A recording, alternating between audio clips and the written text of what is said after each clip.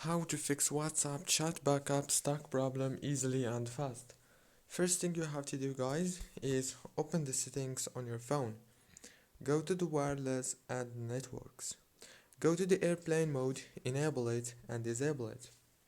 And then go to the Wi-Fi, click on it, and now all what you want to do here is disable it and enable it again like this. Now all what you want to do is go to the apps manager, open the apps, wait a few seconds. It will start loading all the apps that you have on your phone.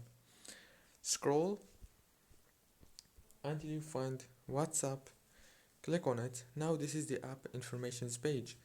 Right here, click on the first stop and then go down, click on storage, click on clear cache, go back, and that's it. Restart your phone, reopen WhatsApp, and the problem must be solved. Don't forget to like, subscribe.